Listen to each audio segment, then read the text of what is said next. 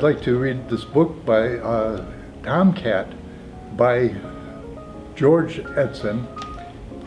It's illustrated by Dian Rentschler, published in 2015 by George Eidson.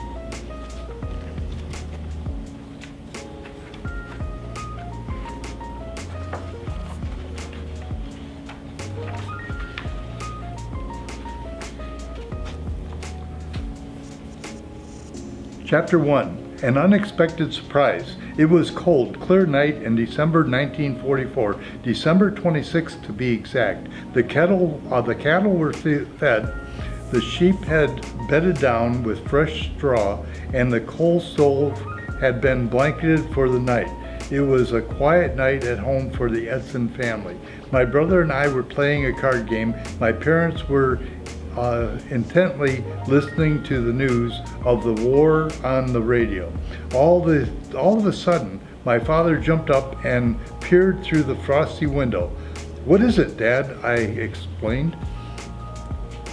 There was a short pause and he replied, "I think I saw a car stop down by the mailbox." We all ran to the window, as it was late for anyone to be out on the country road, especially with the snow as deep as it was. My brother Denny whispered, "I think I saw someone throw something out of the car." No sooner had that been said, and the car sped off into the darkness, leaving a dark brown object in the snow. My mother, Marion, said, "It is time for us to go to bed." "Wait," I said, "don't anyone want to wonder what's lying in the snow by the mailbox?" "Probably it's just garbage," said Denny. "I'll call it a day. Good night all." "Anybody want to go with me to see what's in the bag?" I asked. No one answered. "I'll go myself and take the rifle with me for protection."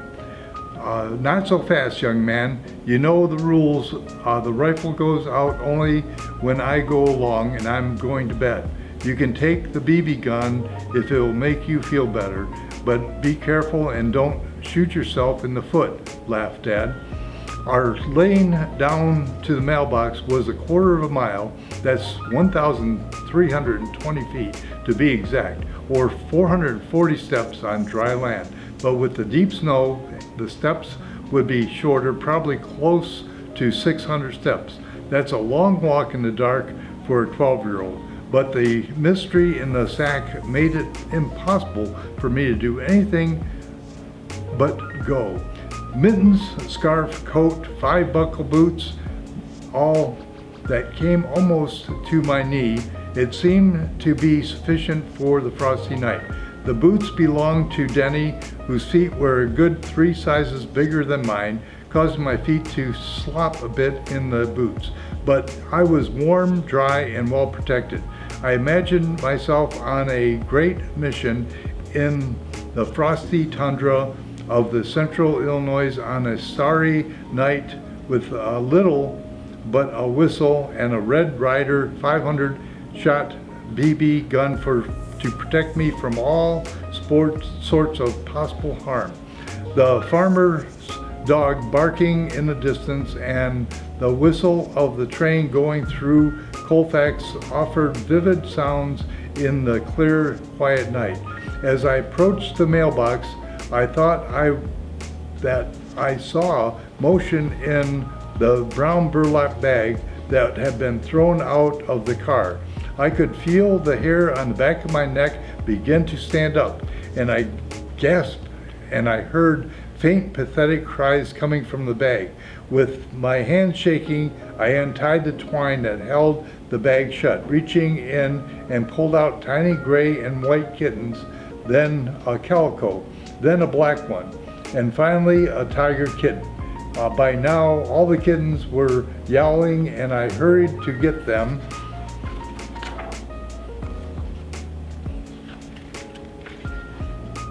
Back in the bag for the trip up the lane and into the house. "Mom, Dad, Denny, come quick. Look what I found in the sack by the mailbox." The family assembled in the kitchen, all with different points of view. My mother said, "Oh my, those poor little precious babies must be starving. George, go out to the barn and get some nice warm milk from one of the cows. We'll have to hand feed them with an eyedropper.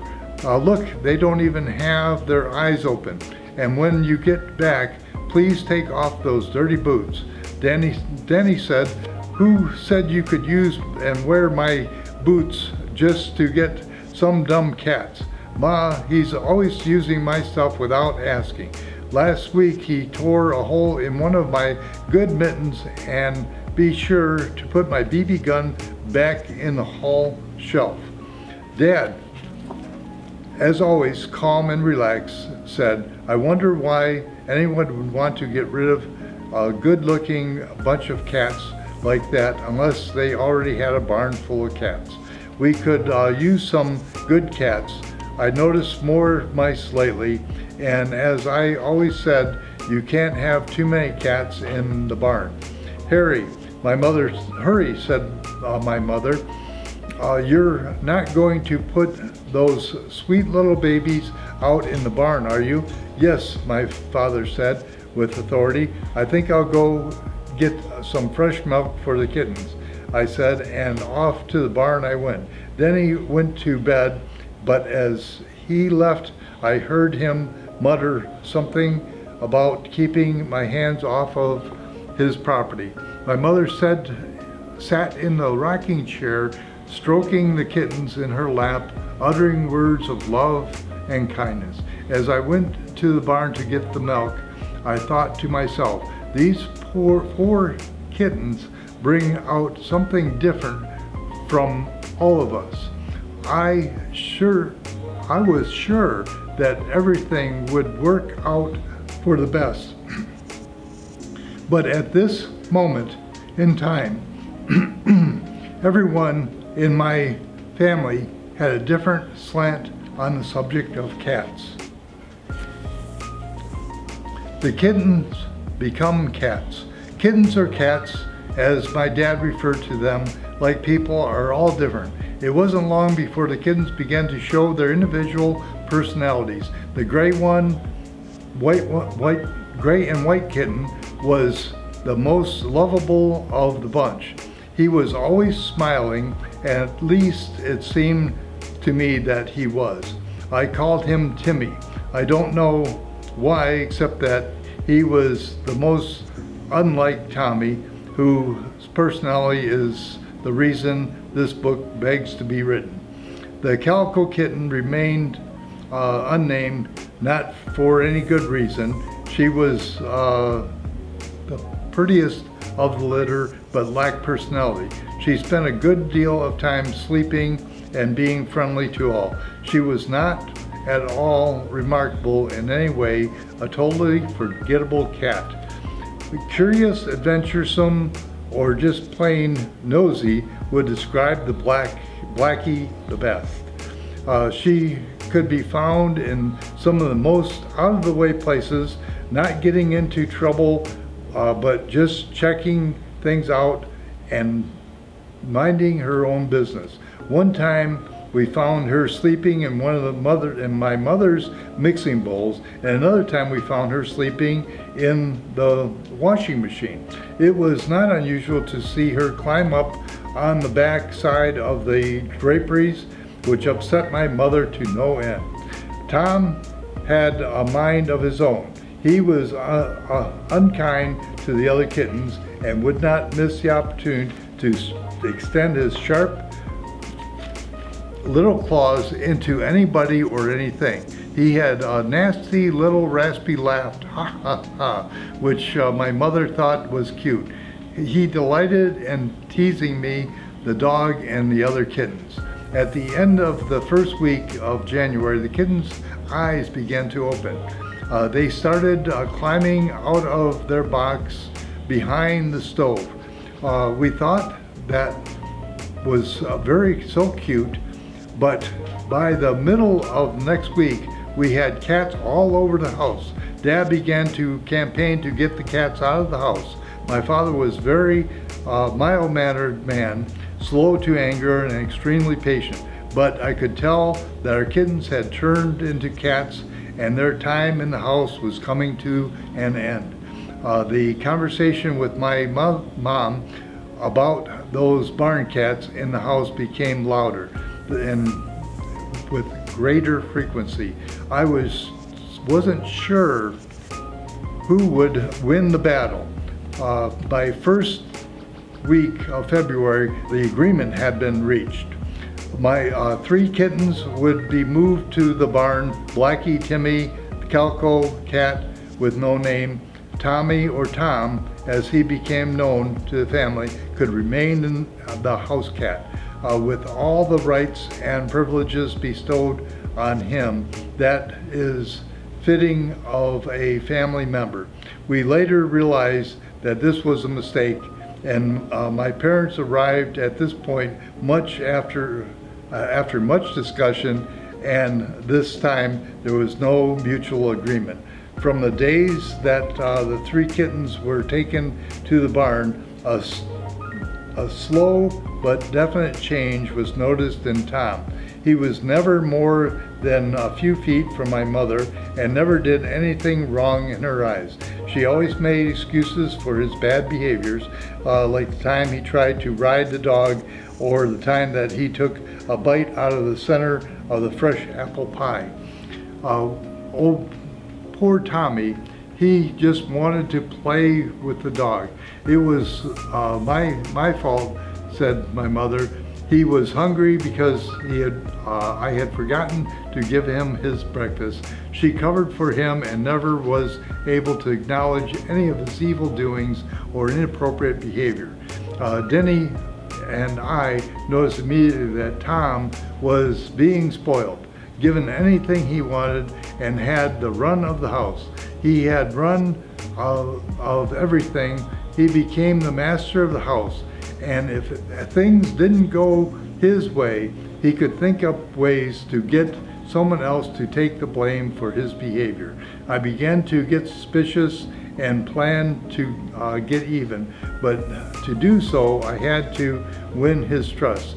He finally would let me pet him, or he would lie on my lap and let me stroke his tiger fur-like fur.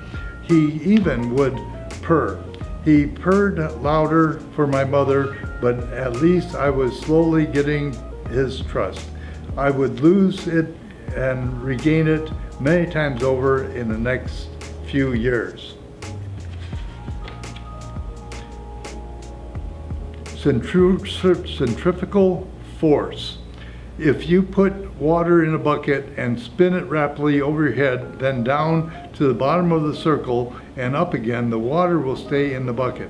At least that is what Denny told me, and he was usually right. It's just like the tilt-a-whirl at the county fair, he said.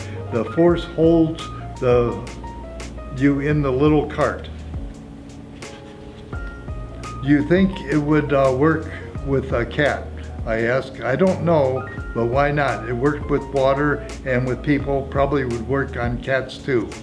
Here, kitty, kitty, kitty. Come on, Tommy. Kitty, kitty, kitty. I had no sooner stopped calling when Tom stretched up from his resting spot on the back porch and started towards us.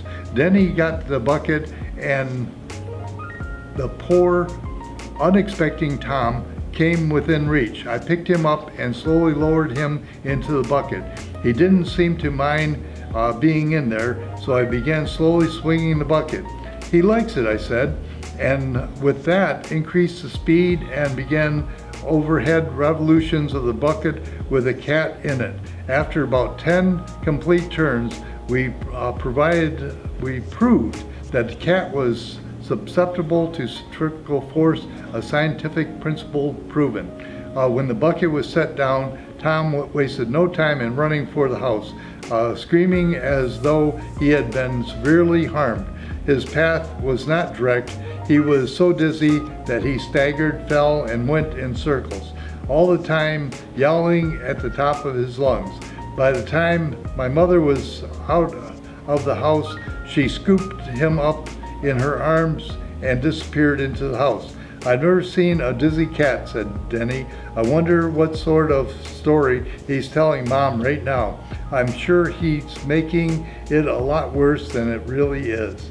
That night I was surprised. Mom said in a sarcastic voice, "Either of you boys want to tell me what you did to my pretty little baby?" I looked at Denny, he looked at me, we shrugged our shoulders and looked at Tommy, who was sitting behind the stove, looking though he was about to draw his last breath. He had convinced my mother that he was near death and it was my fault. I really think he enjoyed the ride, but was trying to get as much sympathy as he could from my mother. Dad just smiled. I was sent to my room. As I headed up the stairs, I heard two things. Tommy saying, "Heh, heh, heh," and Mom said, "You'll think twice before you play any more of your tricks on my baby." I didn't think twice, 3, 4, or maybe even 100 times about how I could get even with that spoiled Tom. Cat and mouse game. All farms have mice, and our farm was no exception. We had mice in the barn, the hen house, the corn crib, the tool shed, and just a few in the house. Tom was a good mouser, as were the other kittens, but none of them had more drive and more determination to rid the farm of those gray fuzzy little pests as much as Tom did. One evening at the dinner table, Dad said, "I noticed lately that the hen house has more mice in it than chickens. I think if we go out there after dark when all the hens are roosting with a couple of hungry cats and a flashlight, we could get rid of some of those varmints." "Great idea," I said. "How soon will it be dark?" After we had gathered 3 cats, including Tom, we entered the hen house. Several mice scurried across the floor and disappeared under the feeder. They were pursued by the cats, but none of them captured. Then Dad took over. He called the cats and tipped over the chicken feeder. Several mice made a dash for cover, and each kitten caught a mouse. The second feeder was tipped up, and 5 more mice ran for safe hiding place. Again, the feeder nests were troughs and buckets were tipped over, producing a plethora of mice. The cats loved it and had a great time. None had so much excitement as Tom.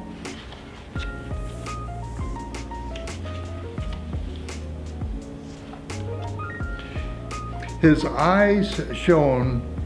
He grinned as much as he could. At one time, he had 3 mice in his mouth and 1 in each paw. It seemed to me that this is as close to kitten heaven as those kittens could ever come. At this point, Tom and I were real buddies, but this good feeling would last a few days. Our small tool shed was near the south end of the barn. We always kept the chickens fed in the barrel in the tool shed. I noticed there was a mouse down in the barrel when I went to get feed for the chickens. I thought this would be duck soup for Tommy, but I put him down in the barrel. He would get the mouse in a flash and jump out of the barrel. It would be a good snack for him and rid the farm of another unwanted critter. "Here, kitty, kitty, kitty, here, kitty, kitty," I called the top of my voice. Then he came running. I showed him the mouse and explained the plan. "But no, Tom," we both called, "Here, kitty, kitty." Then we heard a faint, pathetic meow, meow. It was Tom. But where was he? We called more and more, "Here, kitty, kitty." Then Denny spotted him inside the barn at the top of the hay door with just his head poking out. about 3 stories up. He must have been 25 or 30 feet in the air. By this time, I had regained Tom's trust. Then he looked at me, I looked at him, we both smiled, nodded, and began calling soon. Tom shoulders squeezed through the small opening, and he began leaning forward. We kept calling, and Tom kept stretching out further and further, and then past the point of no return. As he hurled down towards the ground, he began to regret that he had goaded him into making what I thought would be a final leap. Ker-thud. He landed on a pile of manure, which I am certain softened his landing, but as I stood over the motionless body of a silent cat, 2 thoughts crossed my mind. First, I wished I hadn't tried to get him to catch the mouse for me. Second, my mother was going to kill me. After what seemed to be a very long time, I saw Tom open an eye, then the other. He shook his head and slowly rose on 4 shaky legs and headed for the house and my mother's sympathy. You did a good job landing in that soft stuff. Probably saved your life and mine, I said. But this time, Tom was moving quite fast on the wobbly legs and began to howl woefully, cries which were like nothing I've heard before or since. My mother met him at the back porch, picked him up, and went into the house and tended his wounds. You shouldn't have done that, Denny said. He'll tell Mom all sorts of lies. I turned to finish the chores and I started, wishing I had lived somewhere but the Edison farm. Chapter 5, Gone Fishing. George, Mom yelled from the back door, would you go down to the creek and get some fresh fish for supper? What a break. I was getting tired of working in the garden and doing chores.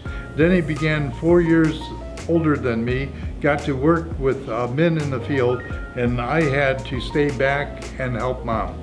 The chores I mentioned included taking water and feed to the hens, gathering that day's eggs. The cattle, sheep, and hogs also had to be fed, and then the matter of milking the cows was a rather tedious task. Supper will be ready at 6:30, my mom said. I'll have Denny do the chores, so you will have to have the fish here at the house before 5:45. So hurry along. I think 10 or 12 will be enough, unless you get some big ones. Take the basket for the fish. I'll ring the dinner bell at 5:40, which will give you plenty of time to get here by 5:45. Hot diggity, an afternoon off, I thought. Now all I had to do was dig a can of worms and be off across the pasture to the Reinhardt's Bridge. With any luck, a basket of fish would be easy. I had left the pole hidden in the weeds and found it with no trouble. I sat on the bank in a cool, shady spot, being quite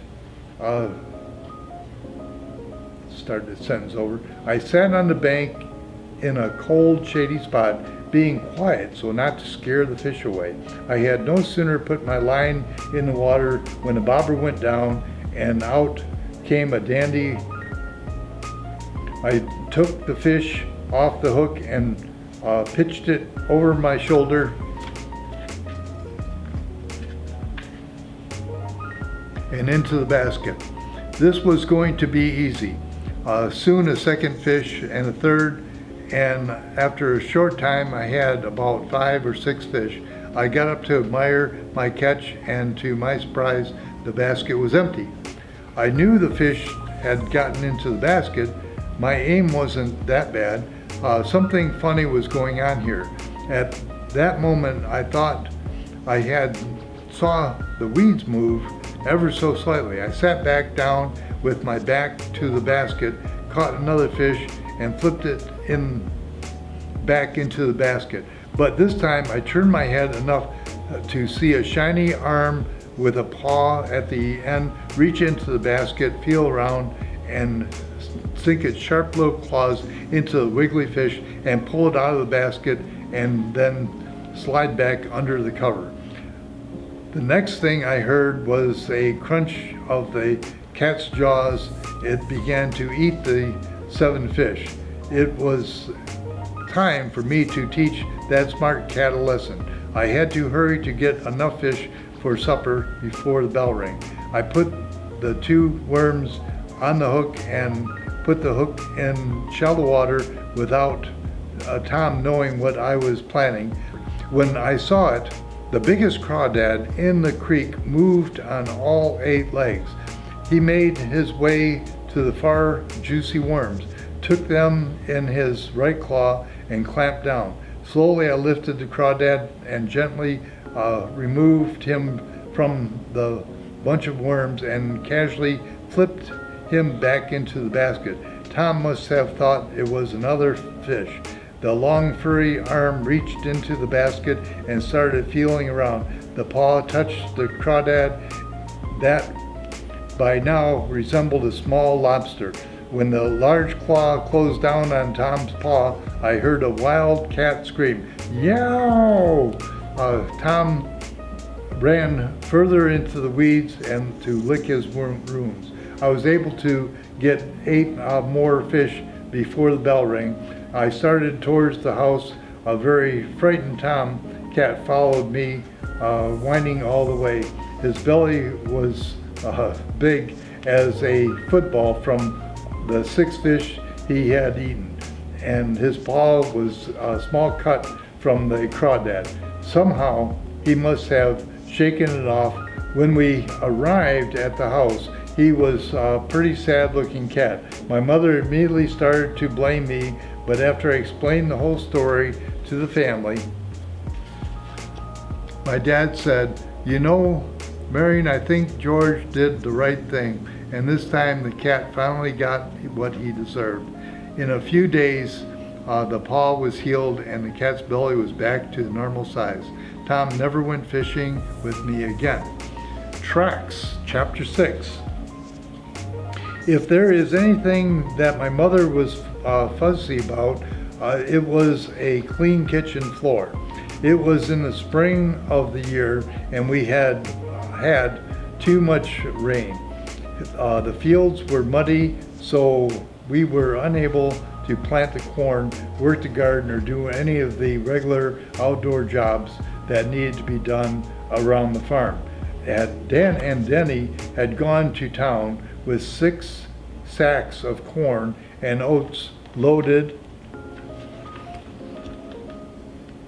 the Model A Ford to have a ground into chicken feed, and I knew there would be a stop at the ice cream store on the way home, so to say that I was a little put out would be an understatement.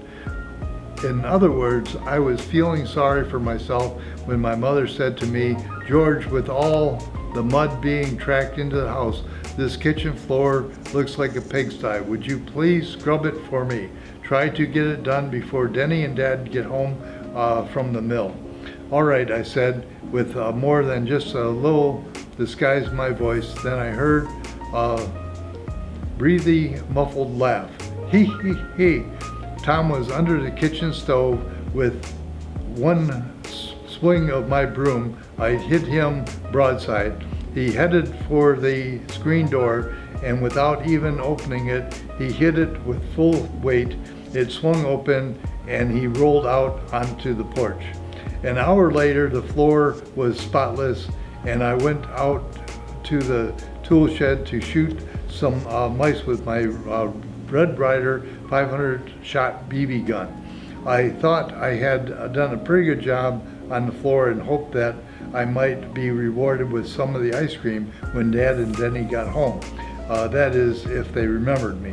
I soon heard my mother call in a cross voice, "George, get back here and finish your job you started." I went straight to the house, and just in time I see Tom sneaking back under the back porch. "Do you call this a clean floor?" I asked. "There's mud all over it." I was just sick. Tom had gotten me again. There was nothing for me to do but get another bucket of hot soapy water and clean up after that good-for-nothing cat.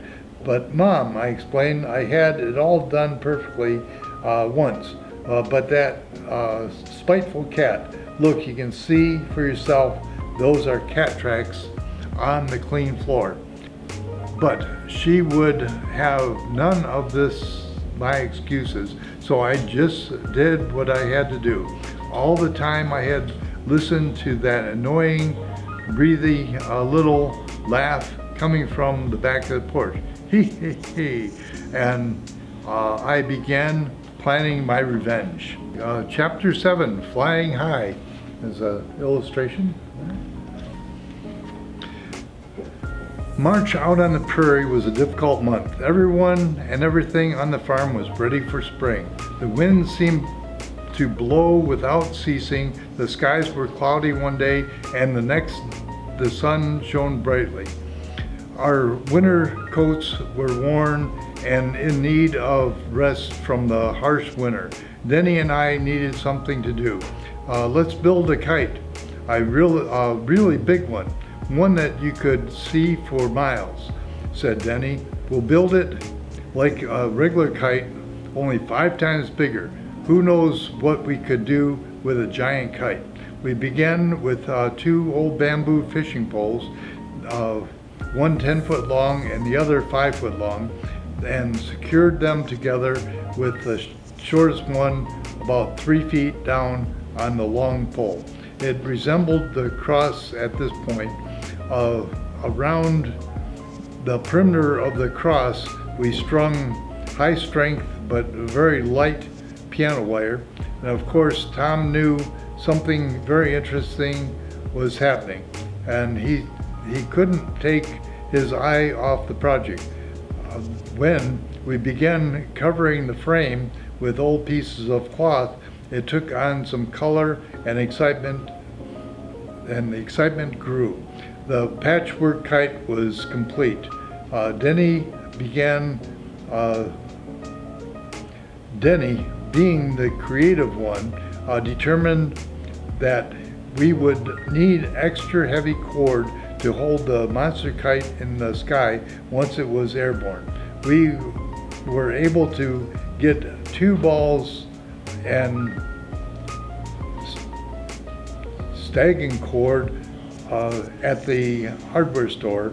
A harness of picture hanging cable made a loop starting 2 feet from the top of the long pole and fastened 2 feet from the bottom of the long pole. To that loop, 2 balls of stagging were fastened. The short pole was slightly bent and secured in the curvature shape with an additional piece of piano wire.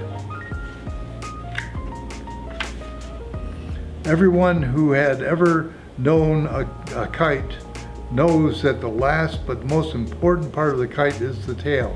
It needs to be long but not too long. It needs to be heavy but not too heavy. It needs to be strong. You will soon know why strength is so important in this case. As indicated earlier, Tom showed great interest in the kite. I doubted if he knew that it was going to fly. Oh well, enough said at this time. With the wind blowing hard from the southwest, we decided the day had come for the maiden voyage of the monster kite.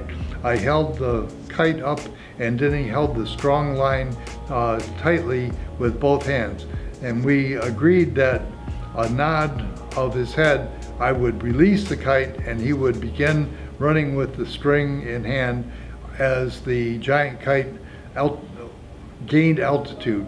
He would let out more string. Bingo! She was aloft. Our cheers would be heard all over the farm, and wouldn't you know it, Tom was there in a flash to see what all the excitement was about. After a few minutes, we had the kite diving, spinning, climbing, and doing all sorts of aerial maneuvers. However, our glee and joy at this time would soon end as we noticed Tom's curiosity. As Tom made his way across the pasture, Denny say, "I wonder if Tom would like a ride up high on the kite." Chapter 8, Soft Landing. It has been said that curiosity killed the cat, and it almost did. Tom was only watched the kite very closely as Denny put the kite through its maneuvers, but he began swishing the tail and the kite came closer and closer to the ground. He crouched lower and lower, his ears laid back against his head. "I think Tom is in attack mode," I said, and no sooner were the words out of my mouth than Tom made a ferocious leap and gave out a blood-curdling cry. With a quick stroke of his right front paw, he caught the tail of the kite as it made a loop within a few feet of the ground, and then the kite shot skyward.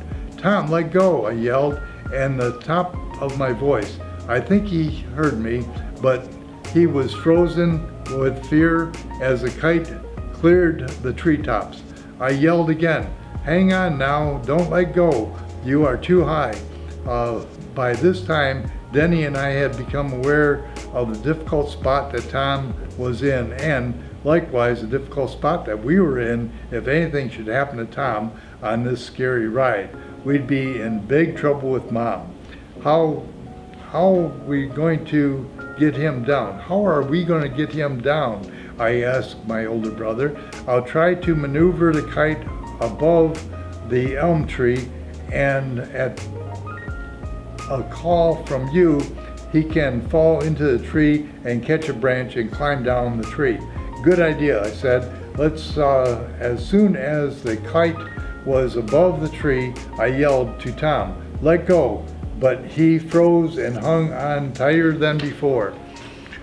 We tried flying the kite above the roof of the barn, but had no luck. We tried the manure pile, but still no luck. Finally, we tried over the haystack, but Tom was still too terrified to release his grip on the diving, climbing, swinging giant kite's long tail. "We're going to have to crash the kite," I said.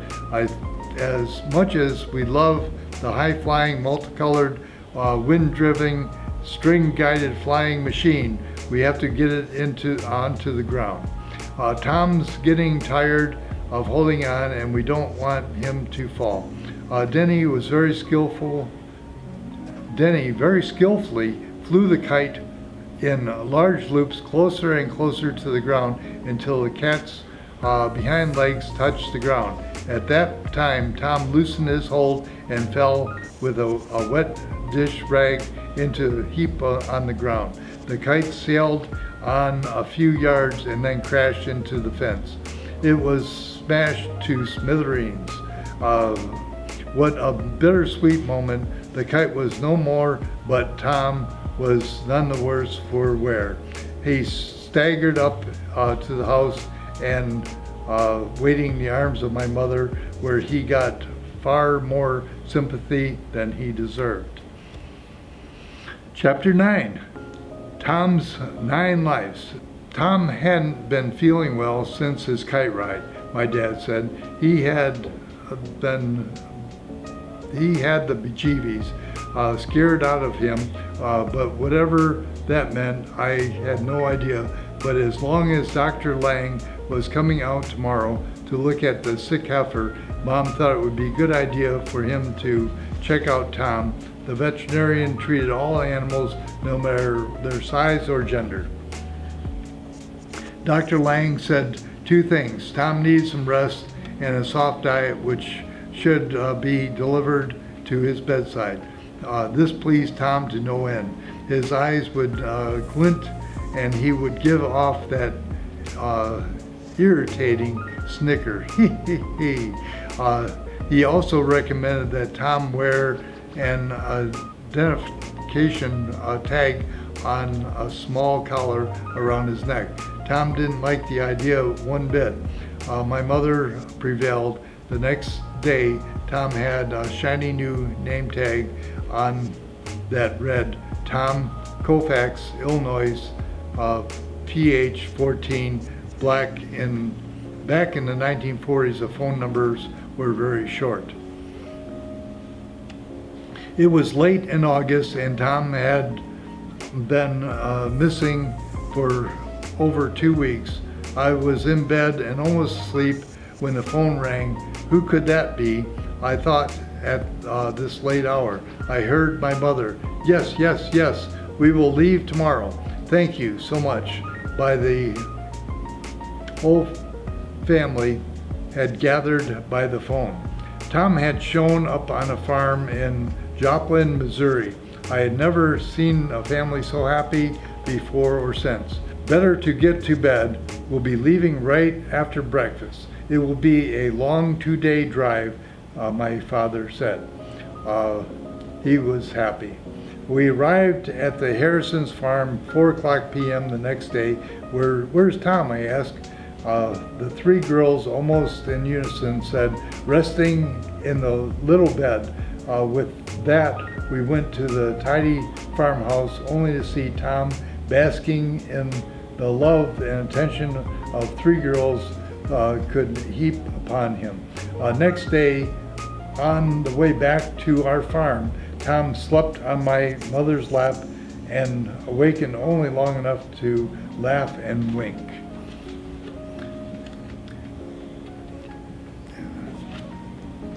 I'll read that last sentence. The next day, on the back to our farm, Tom slept on my mother's lap and awkwardly only long enough to laugh and wink at me.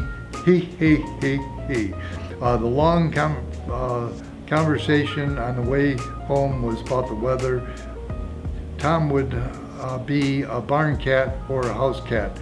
Mom won the debate, and from the day on, he lived the good life in the protection of my mother.